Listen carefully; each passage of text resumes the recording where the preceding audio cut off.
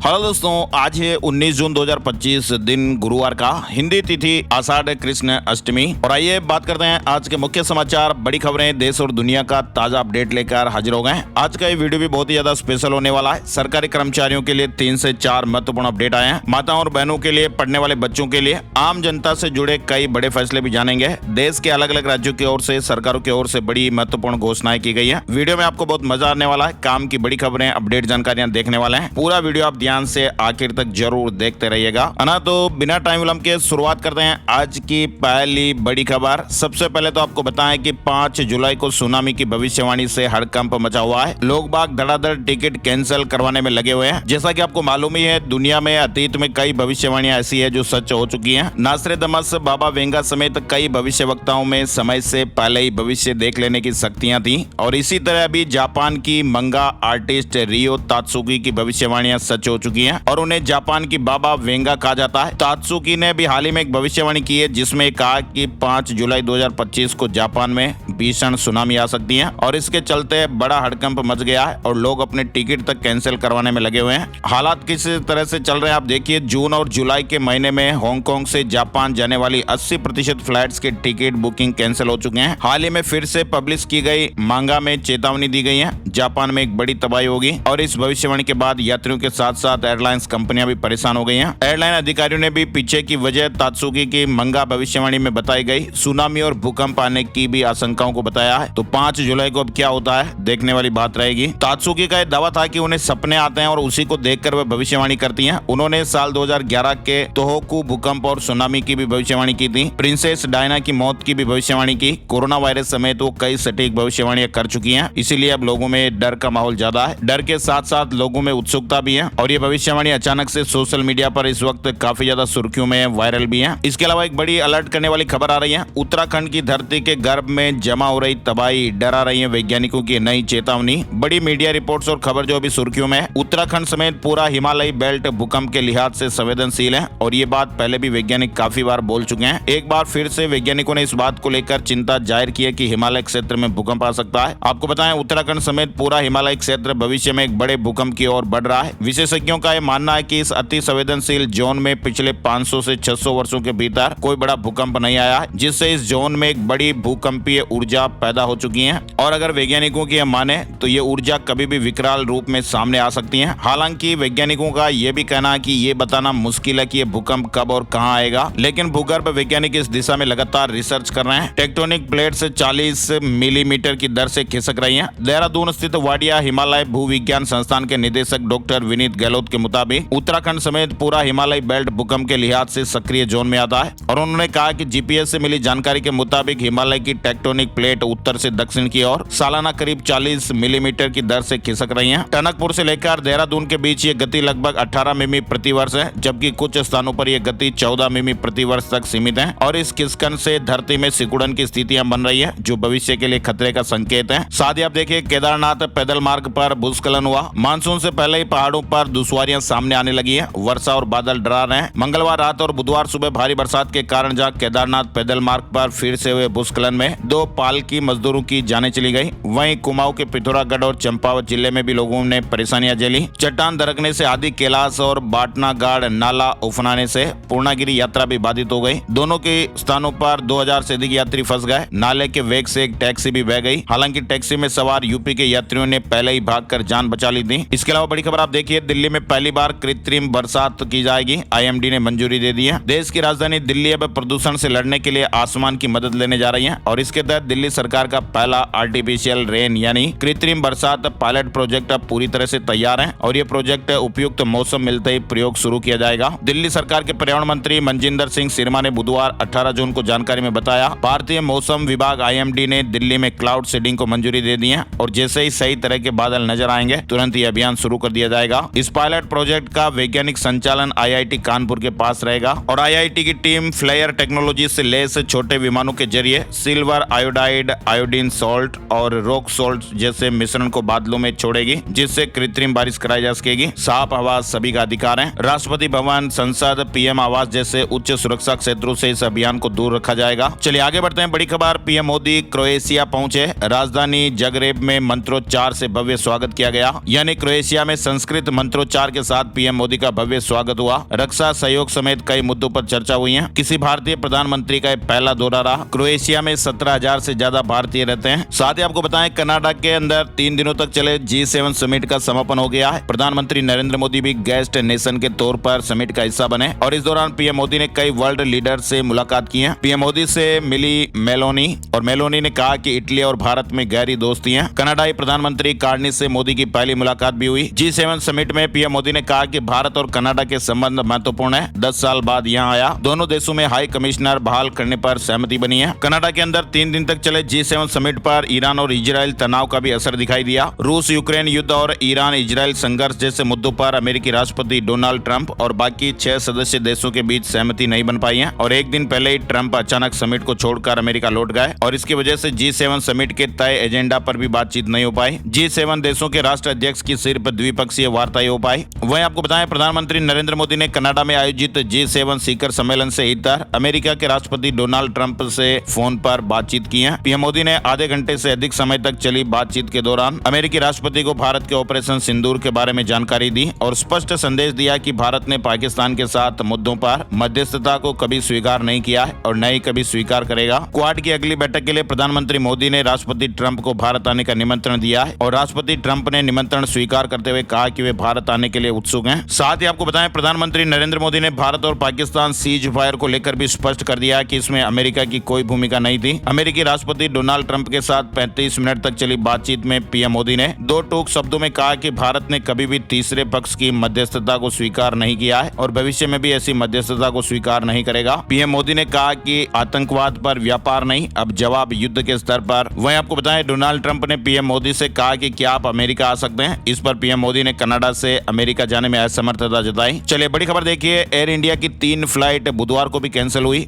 Air India की international flight का रद्द होने का जो सिलसिला है वो जारी है। बुधवार को भी 3 फ्लाइट कैंसिल करनी पड़ी। इनमें दिल्ली बाली, टोरंटो दिल्ली और दुबई दिल्ली वाली उड़ानें शामिल हैं। अहमदाबाद विमान हादसे से जुड़े अपडेट में आप देखिए, अहमदाबाद विमान दुर्घटना में जीवित बचे विश्वास कुमार रमेश ने दीव में अपने भाई अजय का अंतिम संस्कार किया। विश्वास कुमार हॉस्पिटल से डिस्चार्ज हो गए। भाई की अंत्येष्टि में भावुक हो गए। सफर में साथ थे। अब तक 208 मृतकों की पहचान हो चुकी है। साथ ही अहमदाबाद में एयर इंडिया विमान दुर्घटना के बाद बीमा कंपनियों के सामने दावों के निपटान की एक चुनौती भी बढ़ गई है, क्योंकि कई मामलों में यात्री और नामित व्यक्ति दोनों की जाने चली गई। DRDI ने दावों को तेजी से निपटाने के निर्देश दिए और बीमा कंपनियों को साप्ताहिक अपडेट प्रस्तुत करने को भी कहा है। LIC और अन्य बीमा कंपनियों ने अहमदाबाद सिविल हॉस्पिटल में सहायता डेस्क भी स्थापित की हुई है। चलिए आगे बढ़ते हैं। बड़ी खबर, दिल्ली से रायपुर पहुंची इंडिगो की फ्लाइट 6E6312 में टेक्नोलॉजी खराबी के कारण मुख्य दरवाजा नहीं खुल पाया। फ्लाइट में सवार पूर्व मुख्यमंत्री भूपेश बघेल, विधायक चतुरी नंद और मेयर मीनल चौबे समेत दर्जनों यात्री करीब 30 मिनट तक विमान में फंसे रहे और बाद में तकनीकी टीम ने दरवाजा खोलकर सभी यात्रियों को सुरक्षित उतारा। रायपुर एयरपोर्ट पर मंगलवार दोपहर की यह घटना बताई जा रही है। आगे बढ़ते हैं। बड़ी खबर, ईरान और इजराइल से जुड़े बड़े अपडेट भी चल रहे हैं। ईरानी सुप्रीम लीडर खामेनेई ने कहा कि सरेंडर नहीं करेंगे। ईरान के सुप्रीम लीडर अयातुल्ला खामेनेई ने बुधवार को अपने एक मैसेज में कहा, हम सरेंडर नहीं करेंगे। खामेनेई ने अमेरिका के राष्ट्रपति डोनाल्ड ट्रंप को चेतावनी देते हुए कहा कि अगर इजराइल के खिलाफ जंग में अमेरिकी सेना ने दखल दिया तो फिर अंजाम बुरा होगा। खामेनेई का मैसेज ईरान की नेशनल टीवी पर प्रेजेंटर ने पढ़ा। खामेनेई ने कहा कि जो लोग ईरान का इतिहास जानते हैं उनको पता है कि ईरानी किसी की धमकियां नहीं सुनता है। इजराइल ने बहुत बड़ी गलती की और उसे इसकी सजा मिलेगी। ईरान थोपी गई शांति या युद्ध को नहीं मानेगा। वहीं दूसरी तरफ डोनाल्ड ट्रंप ने भी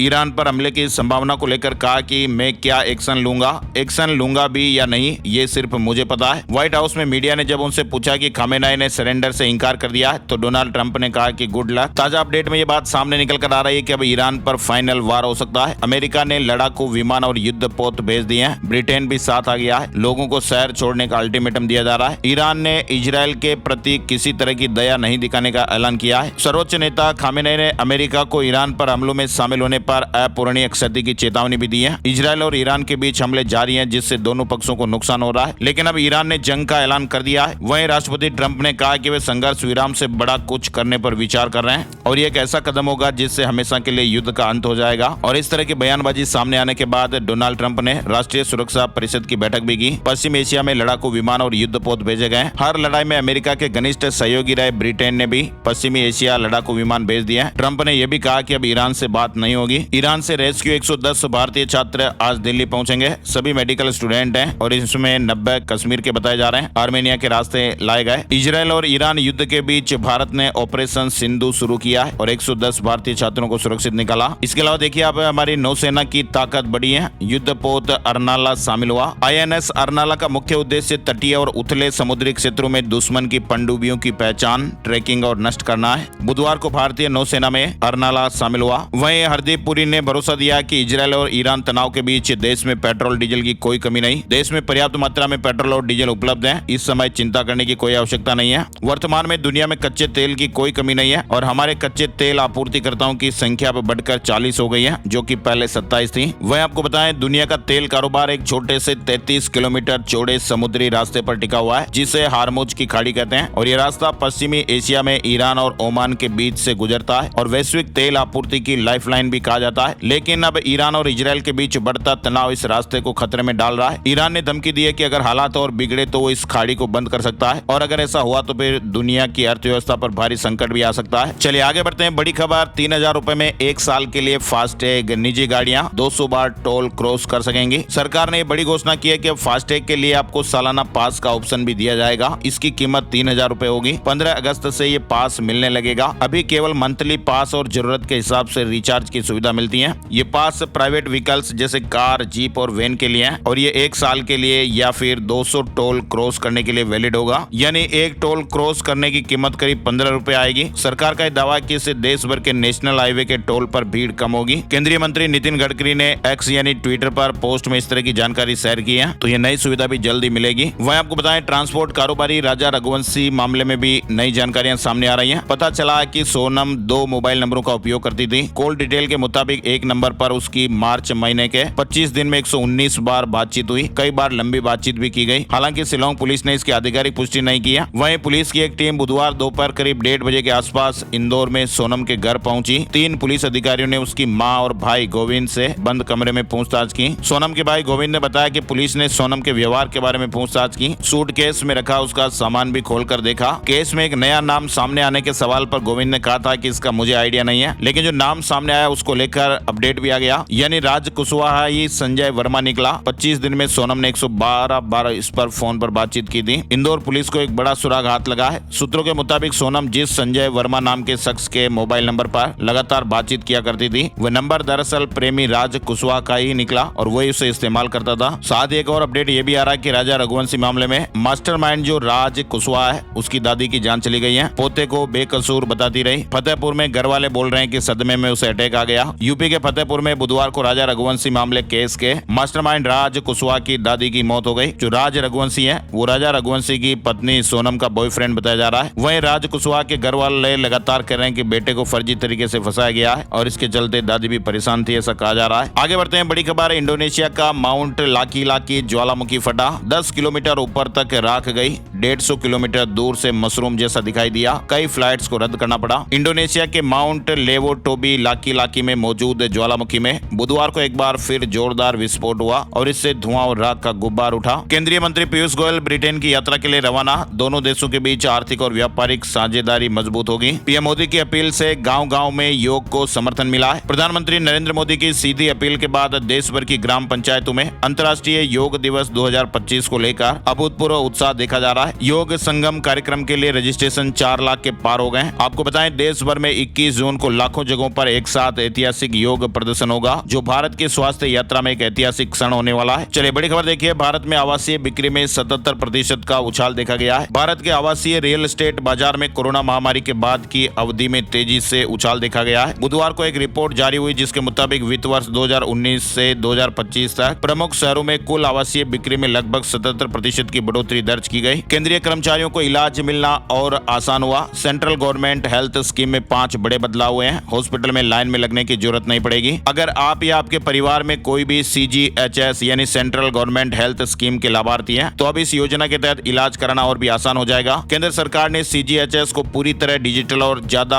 आसान सुविधाजनक बनाने के लिए 2025 में 5 बड़े बदलाव कर दिए हैं और इन नए बदलावों के बाद इलाज के लिए लाइन में लगना, पेमेंट स्लिप ले जाना, बार बार डॉक्यूमेंट दिखाने की जरूरत नहीं पड़ेगी। सबसे पहला बदलाव आप देखिए कि एक नया HMIS पोर्टल और मोबाइल ऐप लॉन्च हो गया है। इससे आप घर बैठे अपॉइंटमेंट बुक कर पाएंगे, ई-कार्ड डाउनलोड कर पाएंगे, मेडिकल रिपोर्ट्स देखना जैसी सुविधाओं का लाभ भी अपने मोबाइल पर ले पाएंगे। अब लाभार्थी लाभार्थी को पैन कार्ड से लिंक्ड यूनिक आईडी मिलेगी। धोखाधड़ी की संभावनाएं भी खत्म होगी। परिवार के सभी रिकॉर्ड एक जगह मिलेंगे। डिजिटल पेमेंट की सुविधा भी रहेगी। अब CGHS की फीस या रिन्यूअल सिर्फ नए HMIS पोर्टल पर ही होंगे। पुराना भारत कोष पोर्टल बंद कर दिया गया है। लाइफ सेविंग मेडिकल डिवाइस की ऑनलाइन मंजूरी। नए बदलाव में oxygen concentrator, CPAP, BI, PAP जैसी जरूरी मशीनों के लिए ऑनलाइन आवेदन और मंजूरी की सुविधा दी गई है। इससे पहले क्या होता था, मंजूरी के लिए वेलनेस सेंटर जाकर कई बार आवेदन देना पड़ता था और अब 20 दिन की जगह 5 दिन में मंजूरी मिल पाएगी। इसके अलावा हर स्टेप पर आपको SMS और ईमेल अलर्ट भी मिलेगा। अभी नए बदलावों का फायदा लेने के लिए आपको 4 काम करने जरूरी है।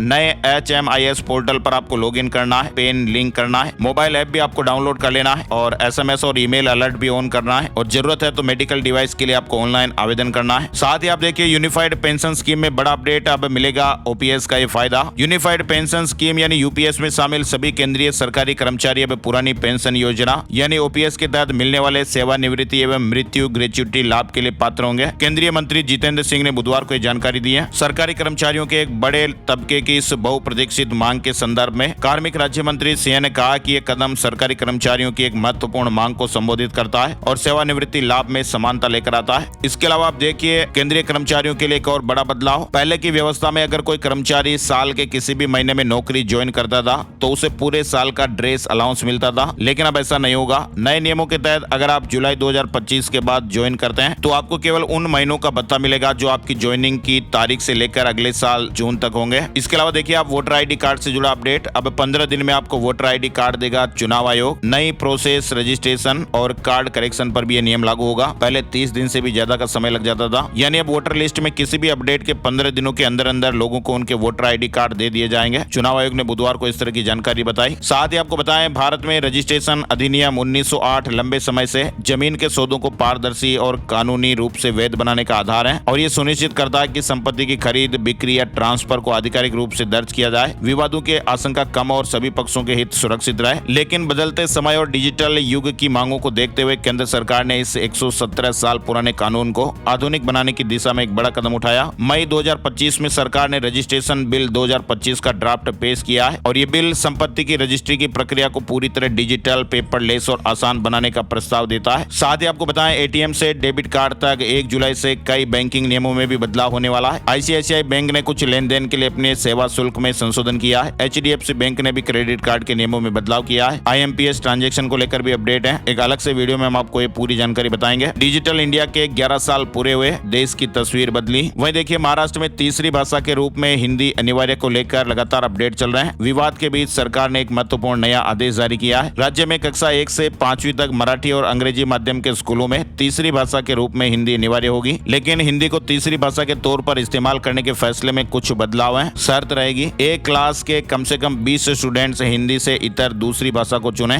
तो हिंदी से अलग भाषाएं चुन सकते हैं। यानी अपडेटेड गाइडलाइंस के अनुसार मराठी और अंग्रेजी मीडियम में क्लास 1 से 5वीं तक पढ़ने वाले स्टूडेंट्स तीसरी भाषा के तौर पर हिंदी के अलावा भी दूसरी भारतीय भाषाएं चुन सकते हैं। शर्त यह रहेगी कि एक क्लास के कम से कम 20 स्टूडेंट्स हिंदी से इतर दूसरी भाषा को चुने। सेबी बोर्ड मीटिंग में स्टार्टअप और FPI के लिए बड़े ऐलान हुए। PSU डीलिस्टिंग के नियम भी आसान हुए। IPO और QIP के नियमों में भी बड़े बदलाव किए गए हैं। साथ ही मार्केट एक्सपर्ट संजीव बसीन शेयर बाजार से बैन कर दिए गए। टीवी पर सलाह देने से पहले खुद स्टॉक खरीद लेते थे। शेयर मार्केट न्यूज अपडेट में आपको बताएं सेंसेक्स 139 अंकों की गिरावट के साथ 81,445 के स्तर पर बंद हुआ। निफ्टी में 41 अंकों की गिरावट रही और ये 24,812 के स्तर पर बंद हुआ है। वहीं देखिए अब भारत में बनेंगे falcon 2000 business jet. Anil Ambani की फ्रेंच कंपनी के साथ पार्टनरशिप हुई है। छत्तीसगढ़ आंध्र प्रदेश बॉर्डर पर 3 नक्सलियों को ढेर कर दिया गया। ये नक्सली लीडर बताए जा रहे हैं। TCS की नई पॉलिसी, एम्प्लॉय ज्यादा प्रोडक्टिव बनेंगे। 225 दिन क्लाइंट प्रोजेक्ट पर काम करना होगा, नहीं तो नौकरी जा सकती है। भारत की सबसे बड़ी IT company Tata consultancy services ने अपने कर्मचारियों के लिए एक नया नियम बनाया है। अब साल में सिर्फ 35 दिन बेंच पर रह सकते हैं और बाकी 225 दिन क्लाइंट प्रोजेक्ट पर काम करना होगा। ये नियम 12 जून 2025 से लागू भी हो चुका है। मध्य प्रदेश से बड़ी खबर, लोक सेवा पदोन्नति नियम 2025 का विरोध हो रहा है। कोर्ट जाने की तैयारी हो रही है। कर्मचारी संगठन कह रहे हैं कि ये नियम नई पैकिंग में पुरानी दवा, विधि विभाग जैसी व्यवस्था होनी चाहिए। यानी 9 साल से अटकी पदोन्नति प्रमोशन को लेकर मध्य प्रदेश सरकार से अधिकारी और कर्मचारी संगठन नाराज बताए जा रहे हैं। संगठनों ने ये संकेत दिए कि वे सरकार के इस फैसले के विरोध में कोर्ट जा सकते हैं। मध्य प्रदेश कैबिनेट के फैसले के तहत देखिए अब 7 जुलाई से मूंग और उड़द की समर्थन मूल्य पर खरीदी होगी। कैबिनेट ने प्रदेश में विशेष पिछड़ी जनजातीय आबादी वाले इलाकों में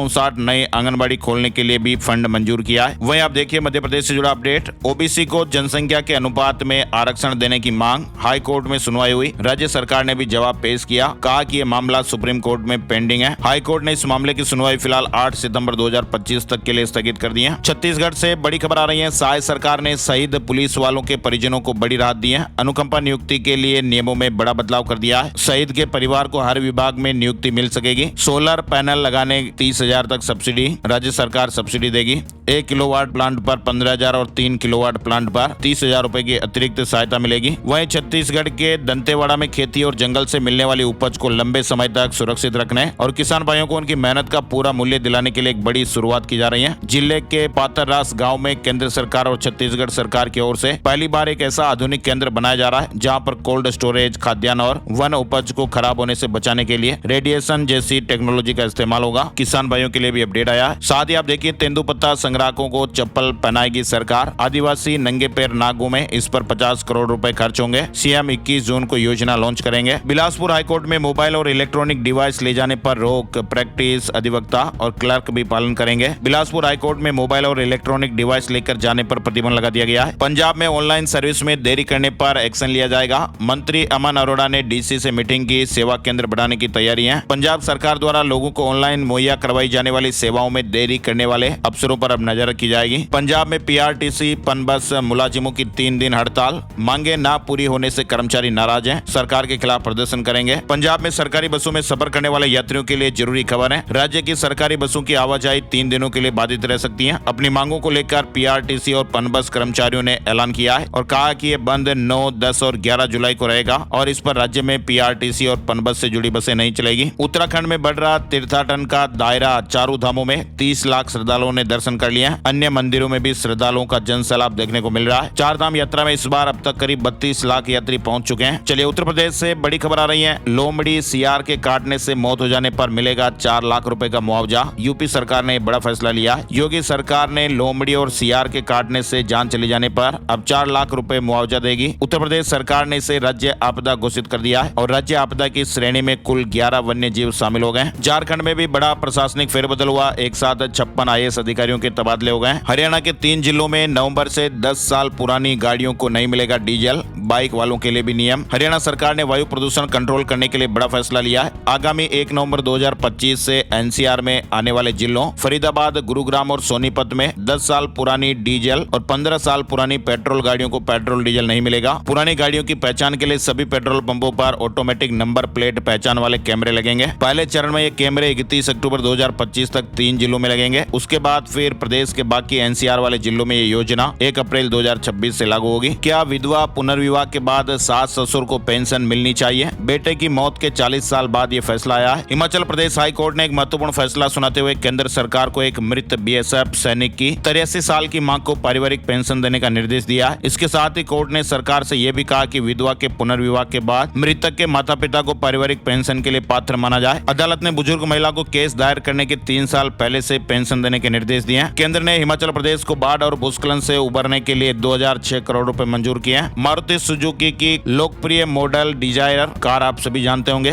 क्रैश टेस्ट में 5 स्टार सेफ्टी रेटिंग मिली है। मारुति सुजुकी डिजायर के इस अपडेटेड मॉडल को भारत एनसीएपी ने 5 स्टार रेटिंग दी है। गाड़ियों को सेफ्टी के हिसाब से रेटिंग मिलती है। बड़ी खबर आ रही है, Yamuna expressway industrial development authority ने आम लोगों को ध्यान में रखते हुए एक नई रेजिडेंशियल प्लॉट योजना शुरू की है और खास बात यह कि इस योजना के तहत मात्र 7.5 लाख से घर बनाने के लिए प्लॉट खरीदा जा सकता है। कैंसर की नकली दवाइयों पर दिल्ली सरकार सख्त हो गई है। स्वास्थ्य मंत्री ने कहा कि दोषियों के खिलाफ सख्त कार्रवाई की जाएगी। साथ ही आप देखिए आम लोगों के यूज के लिए नहीं है पेट्रोल पंप पर मौजूद शौचालय। केरल हाईकोर्ट ने बड़ा फैसला सुनाया है। केरल हाईकोर्ट ने अभी हाल ही में एक महत्वपूर्ण निर्णय सुनाया है और इस फैसले के मुताबिक पेट्रोल पंपों पर मौजूद शौचालयों को आम जनता के लिए नहीं खोला जा सकता है। कोर्ट ने पेट्रोलियम व्यापारियों की याचिका को स्वीकार करते हुए कहा कि ये शौचालय केवल इमरजेंसी में ग्राहकों के लिए है और इस फैसले से पहले लगाए गए सार्वजनिक शौचालय के स्टिकर भी हटाने के आदेश दिए गए हैं। गुजरात की चर्चित इंस्टाग्राम इन्फ्लुएंसर कीर्ति पटेल अहमदाबाद से अरेस्ट। बताया जा रहा कि कीर्ति पटेल की गिरफ्तारी सूरत के एक बिल्डर को धमकाने और रंगदारी मांगने के सिलसिले में की गई है। पुलिस को कुछ और शिकायतें भी मिली थी। उत्तराखंड से जुड़ा अपडेट देखिए, नहीं खुला माध्यमिक शिक्षकों की पदोन्नति का रास्ता। हाईकोर्ट में 3 जुलाई को अगली सुनवाई होगी। यूपी के सरकारी कार्यालयों के लिए एक नया फरमान आप देख सकते हैं। उत्तर प्रदेश सरकार ने सरकारी कार्यालयों में रोजाना वाई ब्रेक योगा कराने का फैसला फैसला किया है ताकि कर्मचारी तनाव मुक्त रहें। आयुष मंत्रालय के निर्देशानुसार ये 5 से 10 मिनट का योग सत्र गर्दन, कमर और पीठ की अकड़न को दूर करेगा, साथ ही मानसिक थकान भी कम होगी। सरकार योग को दैनिक जीवन का हिस्सा बनाने के लिए डिजिटल प्लेटफॉर्म और एनजीओ की मदद लेगी। मुकेश अंबानी का जियो यूजर्स को तोहफा, 2 नए प्लान लॉन्च किए गए हैं। हरियाणा में तृतीय श्रेणी के 8000 पदों की भर्ती प्रक्रिया रद्द होगी। हरियाणा सरकार ने तृतीय श्रेणी के लगभग 8000 पदों के लिए जारी भर्ती प्रक्रिया को रद्द करने का निर्णय लिया है। मुख्यमंत्री नायब सैनी की मंजूरी के बाद मुख्य सचिव ने इस संबंध में नोटिस जारी किया। पुलिस भर्ती विज्ञापन भी रद्द कर दिया गया है और सीईटी 2025 के बाद नया नोटिफिकेशन जारी होगा। कोरोना वायरस से जुड़े महत्वपूर्ण अपडेट में देखिए, देश में कोरोना के नए वेरिएंट से जान गंवाने वालों की संख्या बढ़ रही है। बीते 24 घंटे में 4 लोगों ने जान गंवाई है। महाराष्ट्र में 2, दिल्ली, केरल में एक मरीज ने जान गंवाई है। फिलहाल एक्टिव मामलों की संख्या 6483 है। इंदौर में 24 घंटे में 12 कोरोना पॉजिटिव मिले। नए मरीजों की कोई ट्रेवल हिस्ट्री भी नहीं। चलिए मौसम और मानसून से जुड़े अपडेट में देखिए, राजस्थान और उत्तर प्रदेश में मानसून की एंट्री हो गई है। राजस्थान के बाड़मेर, जोधपुर, जयपुर समेत 13 जिलों में मानसून ने प्रवेश कर लिया है और इस बार मानसून तय समय से 7 दिन पहले आया है। वहीं उत्तर प्रदेश के ललितपुर, सोनभद्र के रेणुकूट और चौपन में मानसून एक्टिव हो गया है। 4 साल बाद मानसून ने अपने तय समय 18 जून को एंट्री की है। मौसम विभाग ने गुरुवार को झारखंड में भी भारी बारिश की चेतावनी जारी की है। दिल्ली एनसीआर में राहत की बारिश, गुरुवार के लिए आईएमडी ने येलो अलर्ट जारी किया है। राजस्थान के 5 शहरों में आज भारी बारिश की चेतावनी, 22 जिलों में बरसात का येलो अलर्ट रहेगा। मानसून ने 3 दिन में पूरा मध्य प्रदेश भी कवर कर लिया है। भोपाल, जबलपुर में एंटर हुआ,